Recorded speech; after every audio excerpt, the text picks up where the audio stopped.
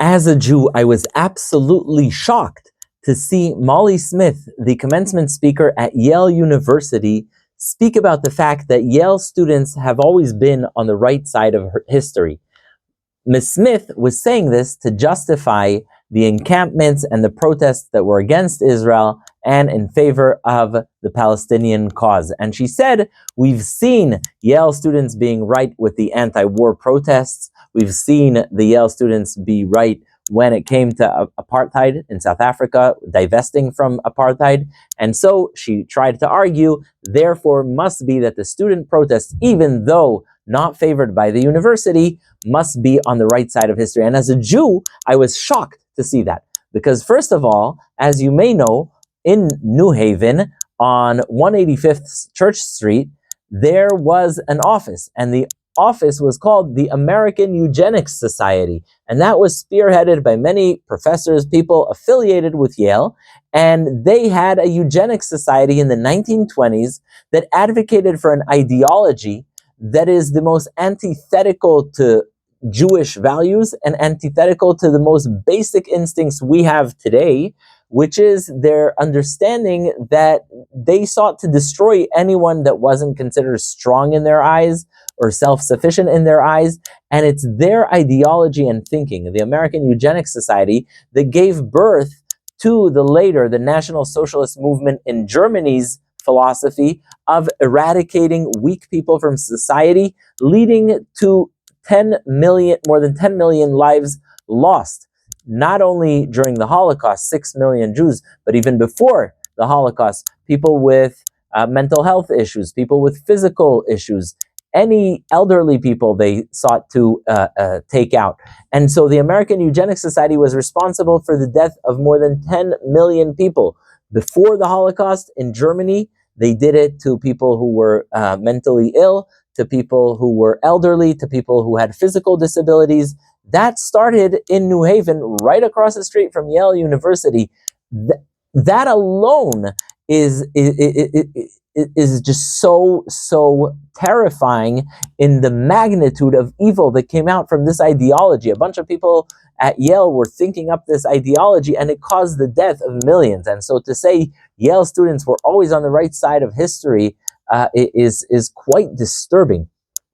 Next that comes to mind as a Jewish person is Yale's America First Committee. Yale students during World War II, before the United States entered the war, had a pro-German committee. It was called the American First Committee, and they invited Charles Lindbergh to speak about isolationism, speak against war with Germany. And the idea was, it was a German branch of propaganda, just like the Hamas voices on campus are often also just pro-Hamas and using peaceful language to justify it. They said, oh, it's not that we're for Germany, we are just America first, we don't want to go to war with Germany. But in fact, anyone who knows history knows that much of the movement was sparked by German propaganda. And so in the 1940s, Yale students were front and center for the America First Committee that was anti-fighting Germany, that was basically a German propaganda piece.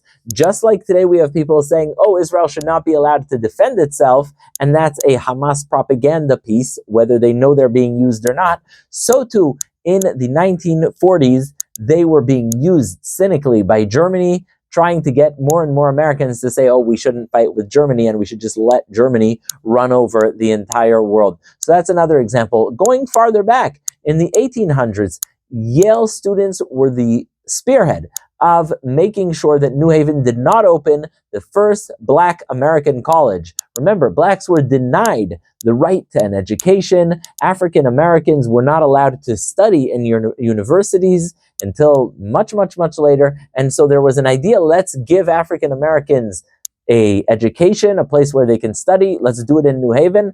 Yale students said no, successfully. It was not open. And then another painful history of Yale students, where you had the memorials for Union soldiers and Confederate soldiers done equally.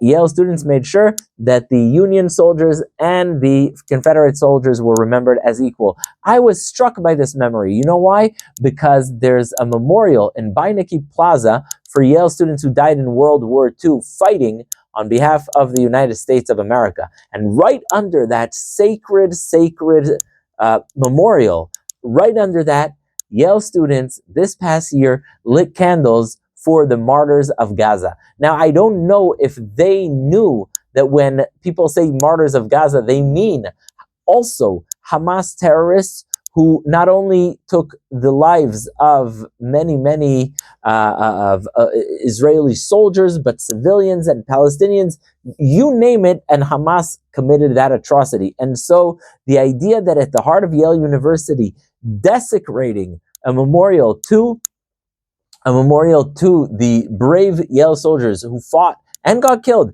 in World War II, that you would have something there memorializing Hamas terrorists, which they include them all in the title of Gaza's martyrs, that is an abomination. And so the idea that Molly Smith would argue that somehow Yale students have always been on the right side of history is disturbing, because it shows the lack of history, the lack of recognition of what Yale students have done from the 1800s to African American students, to the 1920s, the eugenics society which caused the deaths of millions, to the 1940s pro-German movement that called itself the America First movement, and on to this idea of having a memorial for the soldiers of the United States of America that gave their lives in World War I being desecrated as for the martyrs of Gaza, which includes the Hamas terrorists. So I'm shocked that she would say such a thing. I'm shocked that there would be so little pushback, and I very much hope that she takes a little bit more time to study the matter and show that she takes more seriously these issues and the victims who suffered from such very misguided ideologies.